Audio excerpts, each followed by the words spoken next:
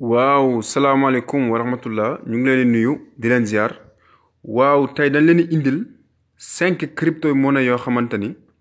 mën ngeen ko am gratuitement grâce à l'airdrop 5 crypto yooyu bi ci njëkk moom mooy Dogecoin W Dogecoin beneen bi mooy W Cardano mooy yi may affiché nii beneen bi encore moom mooy Dogecoin Black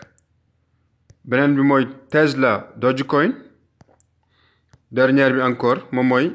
Dark Shiba Inu donc 5 crypto yi yëpp dañoo nekk crypto yoo xamante ni listé guñ ko ci benn exchange mais bientôt comme par exemple W Dogecoin ak W Cardano dans 45 jours xawma dans 47 jours ils seront listés sur PancakeSwap moom kii la plateforme boo xamante ni d'exchange décentralisé comme Uniswap mais par contre Uniswap au lieu d'utiliser par exemple MetaMask on va utiliser Trust Wallet voilà on va utiliser Trust Wallet pour mën a interagir ak Smart Chain voilà Binance Smart Chain maanaam yi yëpp c'est grâce à Binance Smart Chain pour nga mën a interagir ak plateforme boobu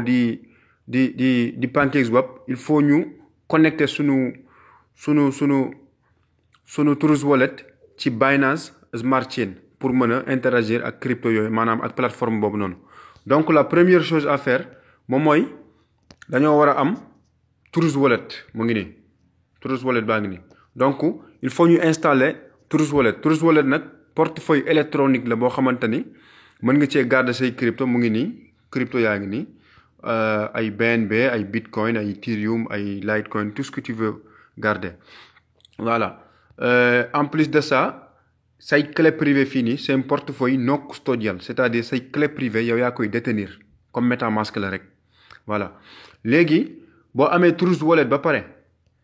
beneen chose moom mooy am na crypto bu ñuy wax Smart Chain moom mooy bii nii il faut nga am lu mu dee minimum on va dire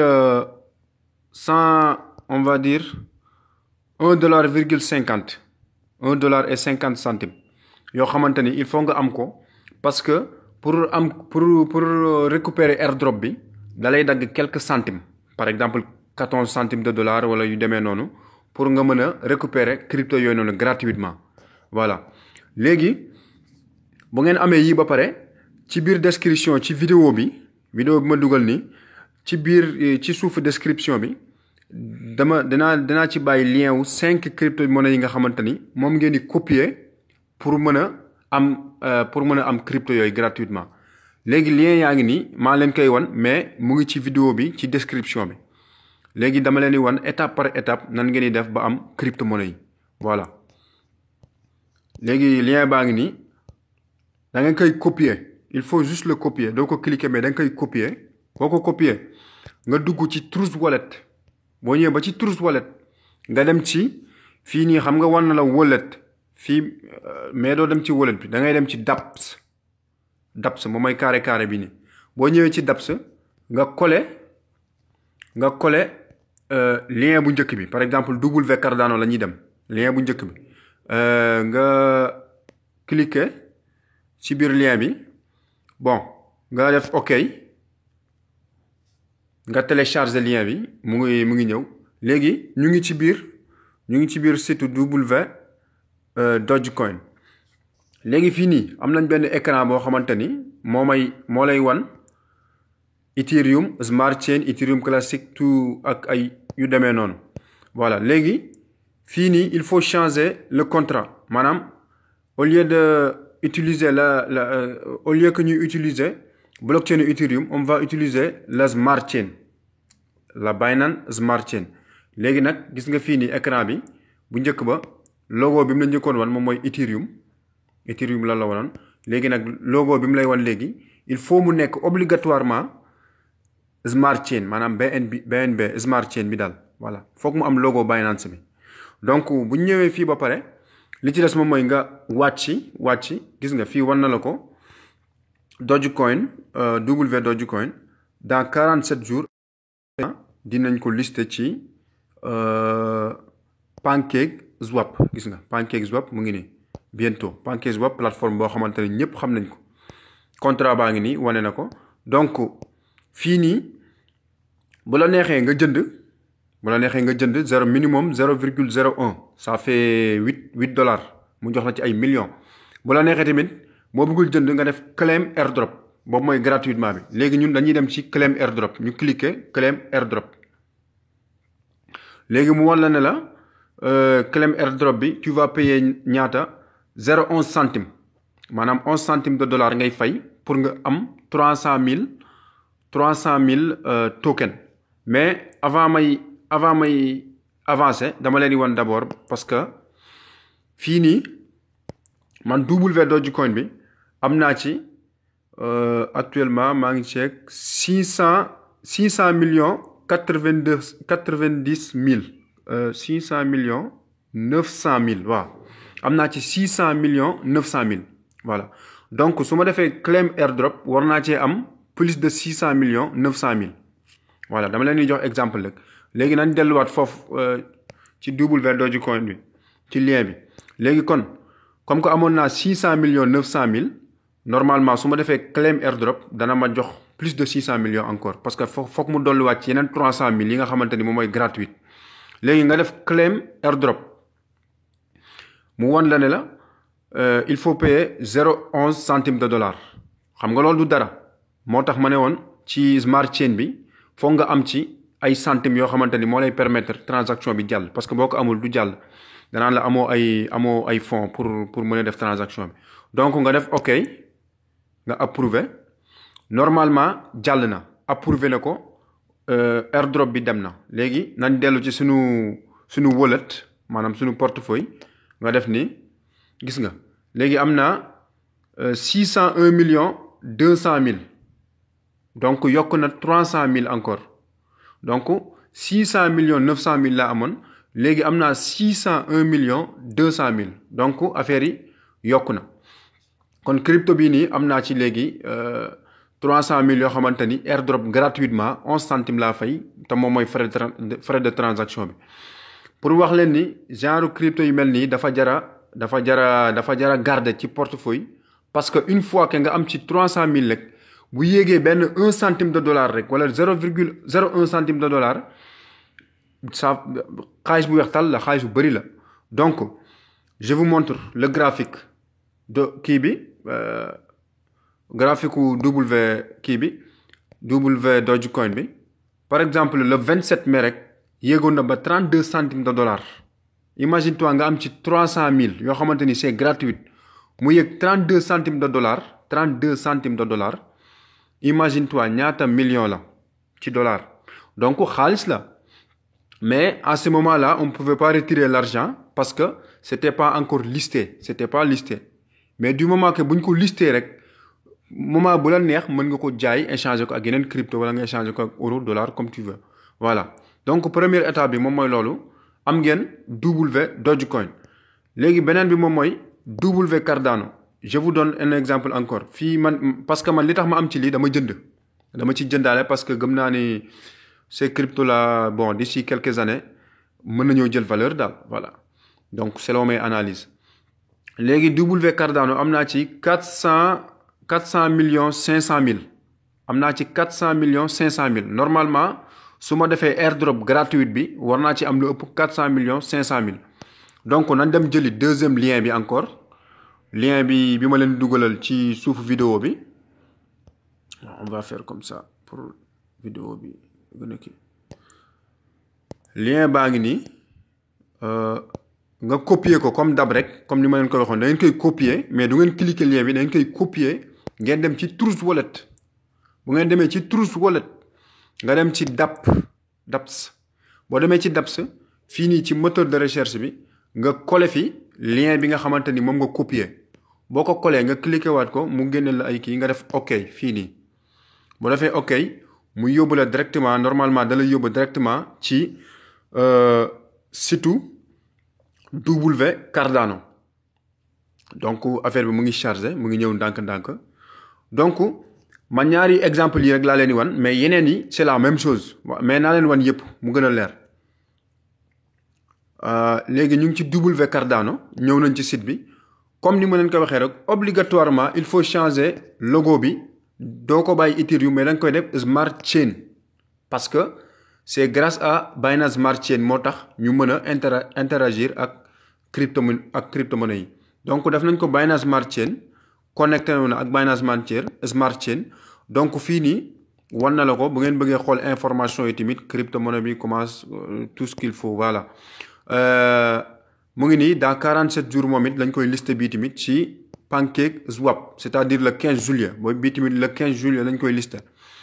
fii mën nga am encore bu la neexee nga jënd ci comme man ni ma defoon man jënd naa ci bu ci nekk am na somme bu ma ci jënd ay $30 $40 yooyu daal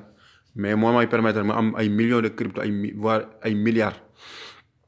voilà léegi fii nii tamit nga defaat la même chose claim airdrop bu fekkee bëggoo jënd nga def claim airdrop mais tu vas payer juste 0,11 centimes de dollar ay weccit la du dara 0,11 centimes de dollar ngay fay nga def ok approuvé normalement jàll na waxoon naa leen ni amoon naa ci 400 millions 500 000 donc normalement su ma demee ci W Cardano am naa ci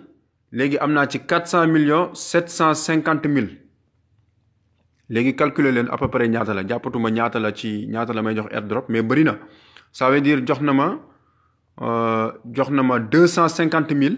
250 000 crypto gratuite voilà avec 11 centimes de dollars te loolu moom mooy frais de transaction yi rek du loo xamante ni dañ koy lekk voilà donc 400 millions 500 000 boo ci wàññee 400 millions 750 000 boo ci wàññee 400 millions 500 000 il reste 250 000 donc am naa 250 000 W Cardano 250 000 W Cardano je vous donne un exemple ñu jël calculatrice bi 250 000 multiplié par 0,1 centime de dollar ça fait 25 000 $ grâce à 11 centimes de transaction donc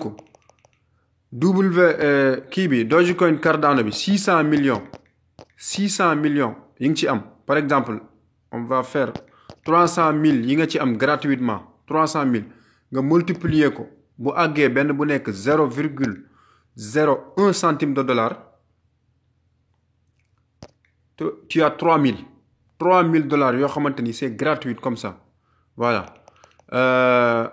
donc W Cardano bi mu ngi noonu beneen bi moom mooy Dogecoin Tesla am naa ci bon lii dafa bëri mënuma ko sax compter 24 milliards 660 millions 24 milliards 60 millions donc 24 milliards 60 millions ñu dem jëli Dogecoin par exemple waaw Dogecoin baa ngi nii Dogecoin Tesla comme li ma leen waxoon lien bi ngeen di copier Dogecoin Tesla lien bi ngeen di copier ngeen dem ci DApp bu ngeen demee ci DApp nga coller ko comme DApp nga def ok mu yóbbu la directement ci site Dogecoin Tesla bi bii nii par contre dans 21 jours quoi dans 21 jours lañ koy listé donc comme donc logo bi ma leen waxoon rek à chaque fois bu ngeen di dugg rek na ngeen bu ngeen duggee na ngeen changer logo bi en Smart Chain voilà mu télécharger ko mu def mu changer ko en Smart Chain léegi nga def claim 100 millions la xawma 100 millions donc claim 100 millions bon xawma ñaata millions la daal mais address claim please buy now address have claim bon bii man dama defoon claim bi ba pare maanaam bii nii benn yoon nga ko mën a claim quoi yeneen yi mën nga ko am plusieurs fois mais man bii nii benn yoon nga ko mën a am donc moo tax mu ne ma déjà def naa claim bi ba pare mais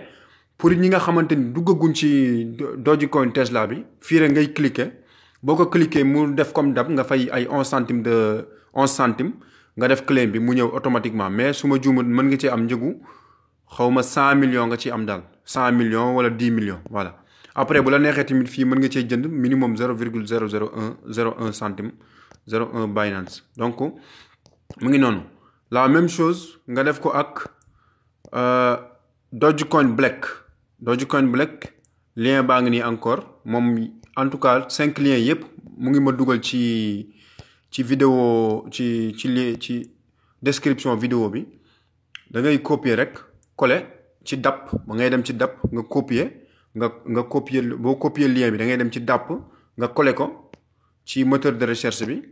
nga def recherche encore nga def OK mu yóbbu la directement ci site bi nga changer logo bi en Smart Chain chaque fois c'est obligatoire léegi boo ko changer en Smart Chain fii nii bon airdrop Dogecoin gis nga mu ngi nii fii war na la buy Dogecoin Black wala airdrop Dogecoin Black pour boo ko jëndee boo ko bëggee jënd buy ngay def bu fekkee am nga ay crypto yoo ko jëndee soit nga def airdrop bi moom mooy gratuitement bi nga xamante ni doo fay dara voilà fii war na ma airdrop bi ma def ñaata 11 centime ngay fay ma def airdrop bi comme ko xooluma woon sama crypto yi mais de toute façon def na airdrop Dogecoin Black amoon naa ci lu ëpp li amoon naa ci 900 millions léegi doole na 900 milliards 200 millions je pense que bii nii 100 millions de crypto lay joxe su ma juumut 100 millions voilà donc imaginez-vous maanaam crypto yi nii benn rek jël 1 centime de valeur nga am ci bii nii nga am ci 100 millions wala on va faire 10 millions multiplié par 0,01 centime de dollar ça fait $100,000 $100,000 donc kenn waxul ne nag dina jël valeur bi yépp mais lu mu am crypto yi par la force am na yu ci explosé comme ko xamuñu ban la accumuler nga denc donc c'est ça le secret bi ñi nga xamante ni ci la ñu am xaalis yépp loolu la comme que xamu ban moo ci explosé accumuler le maximum au cas où benn bu ci explosé rek yeneen yi bu explosé tamit amul benn problème voilà donc affaire bi noonu la fay demee quoi léegi def naa airdrop boobu noonu léegi beneen bi moom mooy Dark Shiba moom li ma ci am bëri na parce que dama ciy jënd am naa ci ñaata 130 milliards la de voilà 130 000 milliards je sais pas daal en tout cas daal 130 000 milliards 100 millions on va faire 130 000 milliards 100 millions laa ci am léegi naa dem jëli lien wu Shiba bi Dark Shiba léegi comme beneen bi rek comme yeneen yi da ngay dem ci DApp nga copier lien bi boo copier lien bi ba pare nga dem ci DApp nga coller ko ci moteur de recherche bi nga envoyer bon mu bu chargé ba pare bii dans 9 jours lañ koy lister dans 9 jours donc comme DApp nga échanger logo bi nga def ko Smart Chain bu leen ko fàtte Smart Chain fii nii nga def airdrop bu la neexee nga jënd ci bu la neexee tamit nga def airdrop man dama cee jënd personnellement voilà mais airdrop bi tamit c'est pas mal donc nga def airdrop doo fay dara c'est gratuit mais par contre bii nii par exemple commission bi ça prend maximum $3 donc li ma yor ci crypto actuellement nii consommé naa yëpp li ci des bëreetut moo tax fii nii gis nga wan na ma ne ma sama solde Smart Chain c'est insuffisant fii nii la ko clique fii nii la ma ko wan sama solde c'est insuffisant donc bu fekkee amuleen crypto amuleen ay Smart Chain du jàll airdrop bi du jàll bii nii par contre frais bi $3 lay jël mais par contre da lay jox 100 millions xawma 1 milliard de crypto 100 millions wala 1 milliard de crypto la lay jox donc mu ngi noonu bu fekkee kii na daal en tout cas noonu ngay def mu jàll mu airdrop bi jàllee boo xoolee sa portefeuille crypto yi yépp di nga ko ci gis nga mu ngi nii W Cardano W Dogecoin W Cardano Dogecoin Black Dogecoin Tesla Dark Shiba donc crypto yi nii crypto yoo xamante ni ils seront listés sur PancakeSwap. PancakeSwap. Donc, man jox naa leen information yi képp ku mu intéressé na ko def c'est gratuit au maximum tu vas payer $1 $1.50 pas plus pour les transactions léegi nag il faudra avoir des smart chains comme li ma leen ko waxee rek foog ngeen am ay smart chain nag pour ngeen am ko yomb na bu ngeen amee ay BNB soit fii nii nga def acheter compra maanaam ci italien la moom mooy jëndal nga jënd minimum pour acheter fii nii c'est $50 donc c'est même pas $50 je pense c'est $100 voilà minimum $100 nga mën a acheter mais bu fekkee $100 yooyu amoo ko c'est pas grave mën nga boo amee ay crypto par exemple ci Binance wala par exemple on va faire nii ñu dem ci sunu Binance boo amee ay crypto Binance bon Binance day télécharger wu fi mu ne nii boo amee ay crypto Binance mën nga dem ci sa portefeuille Binance nga bu fekkee am nga quelques crypto Binance nga envoyé Binance yi directement ci Trust Wallet bi directement balance ci Trust Wallet bi grâce à Binance bii nii Binance bii ngay jël rek nga def recevoir boo recevoir nga copier kii bii nii adresse bi pour recevoir ay Binance léegi bu ñëwee ci Binance normalement bu ñëwee fii nii ci Binance ci Trust Wallet da ngay cliquer fii rek plus fi am ñetti points yi fii nii nga def plus nga def dernière bi swap to smart chain boo amee ay Binance da nga koy transformer swap to smart chain soit 25% yi soit 50% yi soit 75 soit 100% nga xool li nga ci bëgg a transformer ko bu jàllee automatiquement day ñëw ci smart chain léegi nag boo amee smart chain yi nag nga mën a interagir ak application yi nii ak DApp bi pour mën a def ay échange parce que il faut maanaam mu jël ay frais de transaction donc information yaa ngi noonu comme ci intéressé rek na ko jël 5 vidéo yi mu ngi noonu ci lien 5 liens yi mu ngi noonu ci suuf vidéo bi ma kii ko ma bind ko ci suuf bi mais il faut avoir des smart chains comme ni ma ko waxee crypto smart chain minimum on va faire $2 $1.50 voilà ak lan ak Trust Wallet foog ngeen installer Trust Wallet tamit voilà donc mu ngi noonu bu fekkee am na ay problème tamit xamuleen ni ñu koy defee ngeen bind commentaire man dinaa leen jàppale ni ñu koy defee et tout ça incha allah kon ñu ngi leen di jox rendez-vous ba benn yoon salaamaaleykum wa rahmatullah